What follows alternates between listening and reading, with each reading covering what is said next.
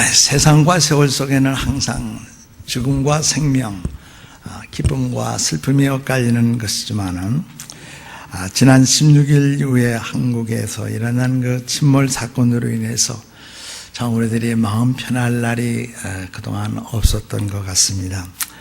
476명 가운데 구조된 사람만 174명이고 나머지는 사망 아니면 실종인데 하루하루가 통계가 달라지므로 우리가 일일이 다 기억할 수가 없는 정도인 것입니다. 참 세월호 침몰이 우리나라에 가져온 영향은 앞으로 좋은 일로 바뀌어지기를 바라는 것이지만 참 정신적, 심리적, 육신적, 또 물질적, 도덕적, 정치적인 이런 면에서 총체적인 큰 변화와 피해를 입은 이런 사건이라 볼 수가 있는 것이, 생명도 귀하지만은 사실상 우리 국론과 우리들이 민족이 분열이 되지 아니하도록 우리는 기도해야 되겠다 이런 생각을 가져보는 것입니다. 얼마나 부정적인 사건이었는가, 참 누가 누구를 탓을 할 수가 없는 이런 사건인데도 정말로 승객을 저버렸다, 침몰을 놓쳤다, 정부 대처와 대응이 미흡했다 하면서 그야말로 엉뚱한 댓글들을 올리면서 허위와 그리고 사기글까지 나타났던 이런 상황 속에서 우리 민족의 아픔은 더욱 커가고 있는 것 같습니다. 이럴 때일수록 우리 교회와 성도들이 해야 될 일이 무엇일까? 기도라 생각을 하는 것이죠. 이후에 우리의 앞날이 어떻게 될 것인가 하는 것이죠. 나라와 국민이 하나가 되면서 정말로 분열되지 아니하며 하나님 앞에서 복받는 우리 한국이 되었으면 하는 생각이 우리 모두에게 있는 그대로인 것입니다. 그래서 우리는 하나님 앞에 이런 민족적으로, 국가적, 국민적으로 아픔과 울음 속에서 우리들이 해야 될 일은 무릎을 꿇어야 하리라 이런 생각을 가져보는 것입니다. 교회가 다 교회가 아니죠. 사실상 이번에 그 구원파가 사실 이름은 교회요, 기독교의 명목을 가지고 있는 교회입니다. 참 교회라고 다 교회가 아니고 사람이라고 다 사람이냐 하는 말과 같이 참 우리들은 어려운 혼돈 가운데 살고 있는 것은, 진정한 교회는 교회 무릎 위에 교회가 세워지는 그것이 진정한 교회입니다. 이런 차제에서 우리는 국가와 민생 문제를 우리 성도들의 기도하는 무릎 위에 올려놓는 것만이 우리 조국의 미래가 있고 우리 한민족의 장래가 있으리라고 생각을 하는 것은 오직 기도만이 미래를 아름답게 만들 수 있는 것입니다. 하나님께서 인류의 역사와 우리 성경 역사를 우리에게 주셨을 때 이것을 찾아 연구를 해보게 되면 어려운 때에 하나님의 솔루션, 하나님의 해결과 그 방법은 오로지 기도에 있었다는 사실, 기도에 있었다는 사실이 하나님이 어려운 때에 우리에게 주는 해답이라고 보는 것입니다. 교회는 땅에 있는 하나님의 유일한 군대입니다. 그렇다고 해서 총칼을 가지고 싸우는 것이 하나님의 군대가 아니라 교회는 교회의 무릎 위에 그 위에서만 승리를 발견하게 되는 것이 교회의 특성이라고 하는 것이죠. 교회가 아무리 큰 것 같고 아무리 멋있는 것 외양으로 단장을 한 것 같아도 기도하는 무릎이 없을 때에는 파산당하고 침몰당하는 배처럼 교회는 승리를 잃어버리거나 발견되어질 수가 없다고 하는 것이죠. 오늘 말씀의 제목은 하나의 질문으로 시작을 하려 합니다. 여러분이 가지고 계신 그 혀는 치료를 받을 필요가 없는가? 우리가 가지고 있는 저와 여러분의 그 혀는 치료받을 필요가 없는 혀인가라고 하는 질문으로 설교를 시작하려 합니다. 이런 주제를 생각하면서 우리들이 많은 설교를 들었고 또 설교를 준비하고 전했고 공부를 해왔습니다만은 우리들이 성경을 더 연구하면은 할수록 깜짝 놀랄 일이 우리에게 나타날지도 모릅니다. 창조자께서 사람을 지으실 때 인간 머리를 고안하셨습니다. 우리 머리를 고안하셨는데 그 머리를 우리가 가만히 생각을 해보게 되면 아주 신기한 것이 있어요. 그건 무엇인가 하게 되면 사람마다 머리는 하나인데, 물론 둘이 붙은 사람도 있는 것은 현실입니다만은 정상적으로 보면 사람은 머리가 하나인데 머리통에 7개의 열린 구멍들이 있습니다. 머리에만 있다는 것이죠. 우린 머리에만 이 3쌍의 구멍들을 갖고 있는데 눈이 둘이요, 귀가 둘이고 코 구멍이 둘입니다. 3쌍의 구멍들이 2개씩 있습니다. 그렇지만 창조주 하나님께서 우리 머리의 입만은 하나로 만들어 주었다는 것이에요. 하나로 제안하셨다는 사실입니다. 나는 이따금 사람들에게 질문한 적도 있어요. 왜 하나님이 입을 하나로 만드셨을까? 이런 질문을 답을 얻기 위해서보다도 그냥 한번 던져본 적이 몇 번 있었습니다. 저는 지금까지 입을 2개 가진 사람을 보지 못했다는 사실이죠. 여러분도 마찬가지시겠죠. 1개이지만 입을 적절하게 사용하면 입은 여러 기능을 잘 감당하게 되는 것입니다. 적절하게 사용하면 모든 일을 잘 해낼 수 있는 것이지만은 왜 하나님이 입을 하나로 만들으셨을까? 이런 궁금한 생각을 가져보는 것입니다. 근데 때로는 이 1개의 구멍, 입이 다른 6개의 구멍을 합친 것보다도 더 많은 일을 하는 것 같으면서도 더 많은 문제를 일으켜요. 하나의 구멍인 이 입이 문제를 일으킨다는 사실이죠. 하나에 열린 그 구멍을 놓고 사람들은 성경에 여러 가지로 표현이 되는데 입이다, 혀다, 입술이다, 말이다, 스피치다 이런 표현을 하게 됩니다. 좋은 면으로도 이런 단어들이 쓰이고 있는데 입과 혀 이상 사실상 우리 인간의 웰빙과 밀접한 관계가 있는 것은 또 없다 할 정도입니다. 우리 인간이 다 웰빙을 좋아하지 않습니까? 혀와 입에 대한 중요성을 강조하는 성경 구절을 소개해 드리려고 하는데 오늘 주보에 올라와 있는 본문인 것이죠. 성경 말씀에서 일어나는 여러 가지 원리들 가운데 오늘 본문에서 우리에게 가르쳐 주시는 하나님이 말씀하신 principle, 여기는 법이라고 말하는 how to 라고 하는 that way 이런 것으로 가르쳐 주고 있는 것입니다. 34편 11절로부터 읽어보게 되면 너희 자녀들아 와서 내 말을 들으라. 와서 들으라는 여호와를 경외하는 법을 너에게 가르치리로다. 법을 가르쳐 주시리라. 생명을 사모하고 연수를 사랑하며 복받기를 원하는 사람이 누구냐? 내 혀를 악에서 금하며 내 입술을 거짓에서 금할지어다. 이렇게 말씀을 하시고 계십니다. 다시 말하면 여기에 이 연수를 사랑한다는 말은요, many good days,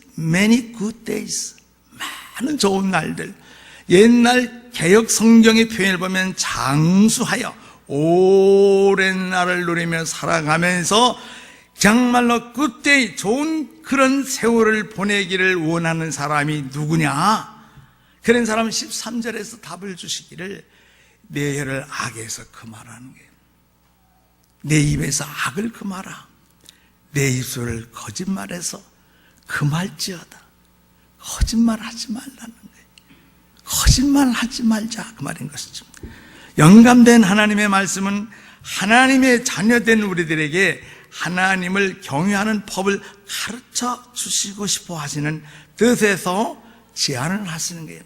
와서 들으라. 내가 여호와를 경외하는 법을 너희에게 일러주리라는 말씀. 경외라는 말씀을 자주 드렸습니다만은 the fear of the Lord, 여호와를 두려워하는 마음이라 그 말인 것입니다. 쉽게 말해서 하나님을 두려워하는 법을 하나님이 친히 가르쳐 주시겠다는 거예요.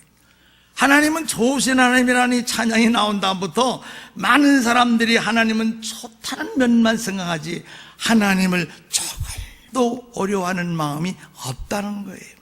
이것이 우리에게 병폐가 된다면 이걸 고침을 받으라는 것이, 큰 축복 받는 것도 좋습니다. 성공하는 것도 나쁘지 않고 열매를 가득가득히 맺히는 것도 좋지만은 구원의 확신을 갖는 것도 꼭 필요한 것이지만은 하나님 두려워하는 신앙 이상도 좋은 것이 어디 있을까? 주문의 용돈과 이 노자가 넉넉지 않다 손치더라도 우리들이 하루에 3끼가 염려되며 이곳저곳 동분서주하며 고생길을 걸어간다 할지라도 우리 마음에 하나님을 사랑하는 마음과 더불어 두려워하는 마음이 있다면 이것처럼 더 좋은 것이 어디 있을까 생각합니다. 그래서 말씀은 우리에게 여호와를 경외하는 법을 우리에게 가르쳐 주시겠다고 권고하시는 것입니다. 이 가치가 얼마나 될까? 하나님을 두려워하는 신앙이 얼마나 큰 가치가 될, unlimited price, 무한정의 가치가 있다는 것입니다. 그런 연루에서 시인 다윗은 생명과 many good days, many good life를 좋은 날을 여기 연관시켜서 말하고 있는데, 하나님을 경외하는 것과 이 땅에서 웰빙을 누리며 잘 살고 건강하게 살고 행복하게 사는 모든 것과 go with the fear of the Lord, 하나님을 경외하는 것과 동반한다는 게, 같이 간다는 것은, 동행하게 된다는 것은, 성경 말씀을 보게 되면 풍성한 생명, 삶, 생활과 하나님을 경외하는 것과는 항상 be bound together, 항상 묶여져 있고 결합이 되어 있고 결속이 되어 있다는 사실을 성경에서는 교훈하는 것이죠.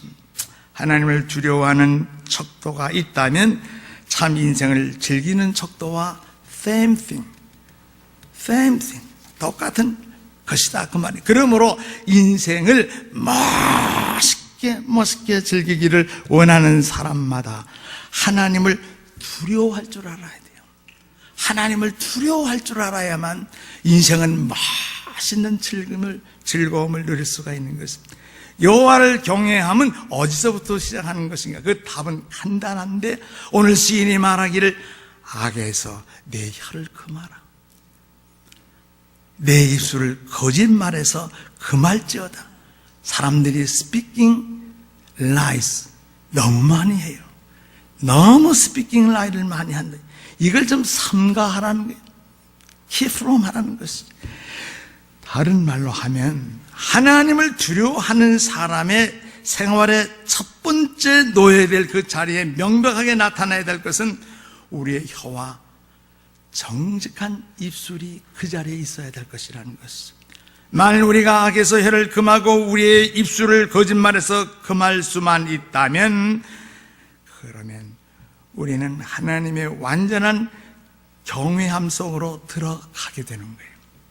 하나님의 경외함 속으로 들어간 결과는 무엇일까? 생명이 오는 것이고, 거기에는 많은 좋은 날들이 따르는 거예요.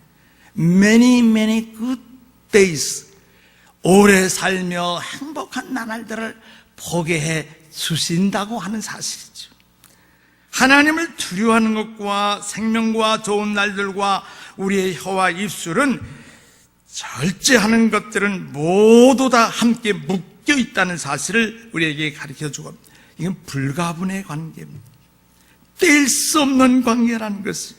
우리가 만약 우리 혀와 입술을 통제를 못한다면 우리는 정말로 좋은 삶을 가지기가 어려워요.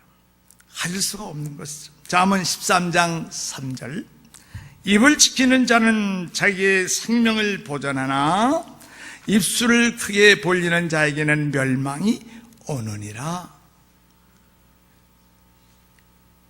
이것이 하나님의 말씀입니다.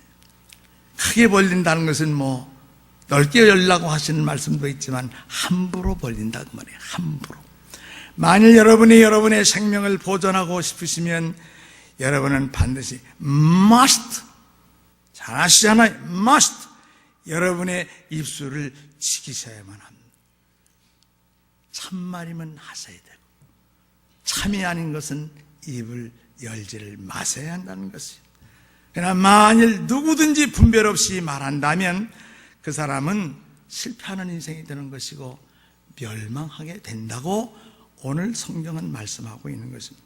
선택은 자명합니다. 사람이 혀를 통제를 하게 되면 보호를 받는, 생명의 보호를 받아요. 여러분, 우리가 세상에서도 보잖아요. 말 잘못해서 청와대를 떠난 사람들이 많이 있어요. 국회의원에서도 탈락된 사람들이 있지 않습니까? 여러분이 말을 지배하지 않으면 종국은 파멸이라는 것이 분명한 것은 희미한 벼랑, 희미한 낭떠러지기는 세상에 없다는 게, 절벽은 절벽이, 낭떠러지기는 낭떠러지기다 확실히 우리에게 보이는 거지 희미한 절벽은 없다 하는 사실. 잠언서 전체는 이 같은 원리로 우리에게 말씀해 주시는데, 잠언 21장 23절 보면 입과 혀를 지키는 자는 자기의 영혼 생명을 환난에서 보전하느니라. 여러분이 반드시 보호하지 않으면 안 되는 치명적인 분야, 지극히 중요한 분야는 내 입이, my mouth, my lips, my tongue, 내 입이라는 사실이죠. 우리는 흑백을 가리자 그런 말을 많이 해요. 검은 것은 검은 거고 흰 것은 흰 것이다. 그 말은 there is no gray, 회색은 없다는 게, 왜 회색이 없어요? 물감 종류 보면 회색이 있죠. 그러나 우리들의 삶의 생활 속에서는요, 이 그레이, 회색 분자는 있어서는 안 된다는 것이. 만일 여러분이 입과 혀를 보존하신다면 여러분은 여러분의 영혼과 생명을 보존하는 것이든, You are safe, I am safe, 우리 모두가 다 안전한 것이. 하지만 만일 여러분이 그 일을 하는 데서 저와 마찬가지로 모든 사람들이 똑같아요. 실패를 하는 날에는 남은 택한 길은 하나밖에 없어요. Disaster, calamity, 재난이나 재앙밖에 없는 것이에요. 재난이라는 말은 강한 단어입니다. strong한 표현인 것이죠. 성경에서 이 단어를 시작할 때는 고의적으로 사용한 줄로 압니다. 우리의 입술과 혀를 보존하지 못하는 것은 궁극적으로 우리들이 나도 원치 아니하지만 재앙으로 끌려 들어간다는 것이죠. 특히 중대한 의미로 혀의 사용에 관해서 잠언서는 두 가지로 우리에게 표현해 주기를, 잠언 15장 4절. 온순한 혀는 생명나무이지만 패역한 혀는 마음을 상하게 하느니라. 이 킹 제임스 버전이라고, 흠정역이라고 옛날 말로 하는데, 이 킹 제임스 버전의 번역을 보면 온전한 혀는, 그런 말은 치료받은 혀다 그런 말이에요. Healing of the tongue 이라는 말이에요. tongu에 고침받은 혀를 뜻한다 이렇게 표현하고 있어요. 단적으로 우리의 혀는 치유가 필요하다는 거예요. 세상 사람들 치고 사람의 혀가, 입이 치료되지 않아도 될 완전한 혀는 없어요. 누구나 다 치료받아야 될 그런 혀라는 것을 가르쳐주고 있습니다. 물론지 생각한데 모든 죄인의 혀는 모두가 다 치료를 필요로 한다고 우리는 봐야 합니다. 혀는 항상 죄가 있을 수 있는 영역이라는 게, 뭐 눈도 그렇고 귀도 그럴 수 있지만 특별히 혀가 그렇다는 얘기죠. 그렇기 때문에 혀는 반드시 치유가 돼야 돼. Must be healed. Must be healed. 돼야 하는 것이죠. 혀의 치유는 생명나무와 같은 것이라. 그래서 생명과 혀를 바르게 사용하는 것 사이에는 밀접한 연관이 되어 있는 것이에요. 패역한 혀는 마음을 상하게 한다. 마음을 상하게 한다. 패역이라는 말의 뜻은 잘못 사용했다는 것, wrong use란 말입니다. 마음이 상하게 됐다는 말에 여기서는 붕괴됐다 이런 원어의 뜻이 있어요. 무너져버렸다. 집이 흔들리다 못해 무너지잖아요. 그러다 보면 물통도 새고 가스통도 깨지면서 리킹이 됩니다. 샌다 이런 뜻도 있어요. 어떤 목사님이 어떤 교회, 타교회 집회를 가서 성도를 위해서 기도를 해 주었습니다. 하나님, 이 앞에 나와 있는 이 성도를 축복합니다.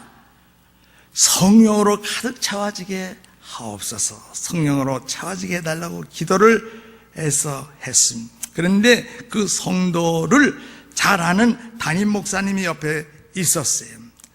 기도하신 목사님, 시간이 흐른 다음에 이렇게 말을 했다고 합니다. 아닙니다, 목사님. 성령을 부어주셔도 소용이 없습니다.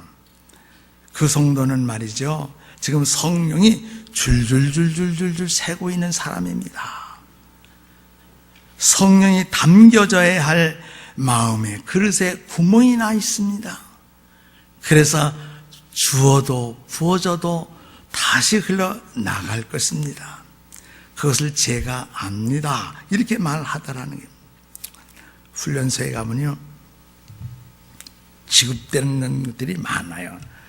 중요한 것 중에 하나가 식기예요, 식기. 식기에 지급을 받으려고 음식을 먹을 국도 받고 밥도 받고 뭐 반찬도 받고 줄을 서요, 훈련소에서. 근데 배식 줄 서는 것도 중요하지만 국을 받는 데는요, 식기에 구멍이 났는가 확인을 해야지 구멍난 국부럭에다가 부어봤대자 소용이 닿지 않는 거 아닙니까? 우린 마음에 구멍이 뚫려서는 안 돼. 마음이 상하면 안 된다 그러는 것이죠. 많은 사람들이 은혜를 충만하게 받습니다. 집회를 해요.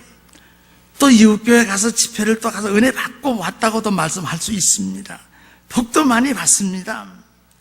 그러나 그 사람들의 혀를 통해서 다 새어나간다는 것을 모르고 있어요. 여러분, 그런 말이 있잖아요. 보는 것도 중요하지만 나가는 것을, 구멍을 잘 관리를 해야 된다는 것이죠. 열심히 보는 거 숫자적으로는 보는데 남는 귓구멍으로는 마이너스가 된다면 비통한 일인 것이죠.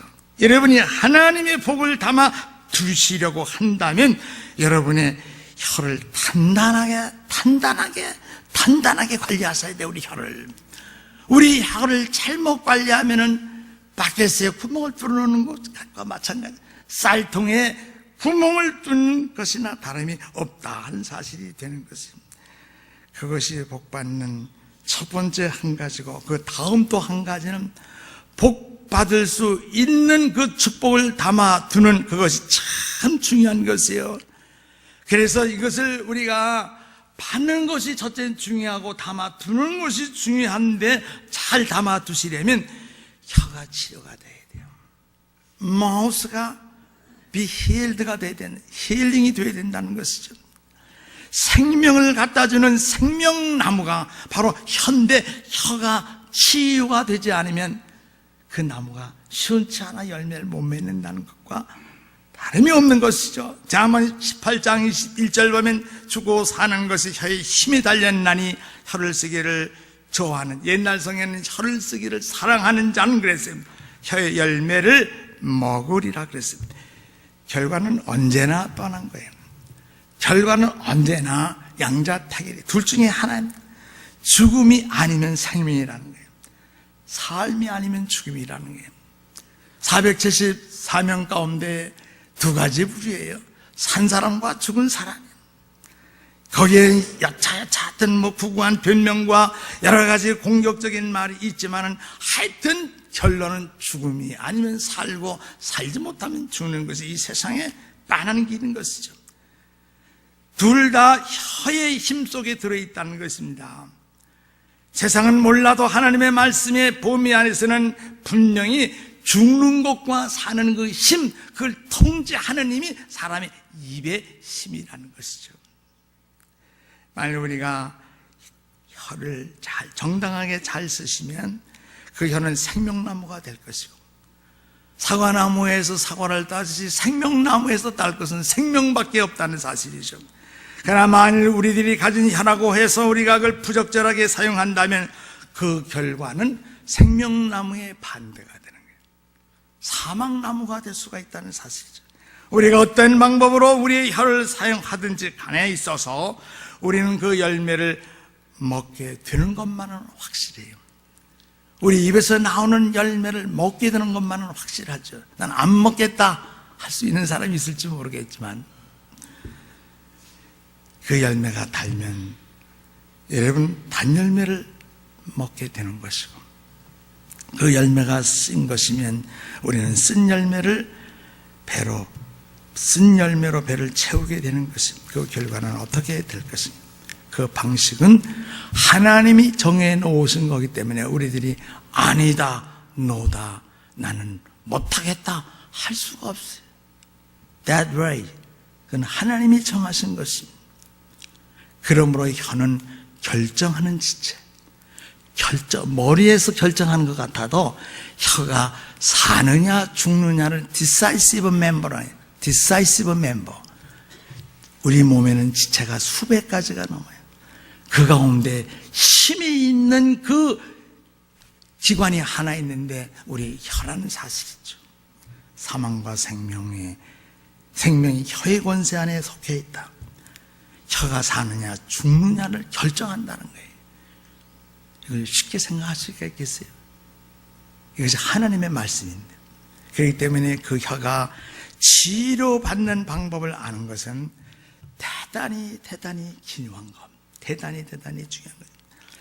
우리는 반드시 이 사실을 알고 나서 시행하게 되면 우리는 우리의 수고가 헛되지 않을 것이에요. 우리는 아름다운 미래를 만날 것이고, 그 아름답고 행복한 나날들이 길어질 것이에요. Many good days. 이것이 여러분의 것이 될 것이에요. 그러나 하나님은 우리에게 말씀하셨어요. 자신의 혀라고 자신이 스스로 통제하거나 길들이거나 제어할 사람은 이 땅에 아무도 없느니라. 야고보서 3장 8절에 또 이렇게 말씀을 하시지 않았어요? 그럼 우리는 어떻게 해야 될까? 이제 여러분과 나는 해야 될 일이 있다면 기도해야 되는 것입니다. 해야 될 일은 기도해야 할 일이 남은 것입니다. 그럼 오늘 이 설교를 기도로 마지막 결론을 지으려고 하는 것입니다. 죄송합니다. 눈을 감아주시고 여러분 저를 한번 따라서 기도를 해주시면 우리 하나님이 기뻐하실 것이고, 따라 기도하시면 대단히 감사하겠습니다. 여러분들 저의 기도를 같이 따라서 하심으로 우리 시간을 마치도록 하겠습니다. 성령님, 나는 정말로 내 혀를 바르게 통제할 수가 없습니다. 오셔서 절제시켜 주시옵소서. 내가 혀를 하나님께 드립니다. 하나님께 영광 돌리는 혀를 내게 주시옵소서. 예수님의 이름으로 기도합나이다.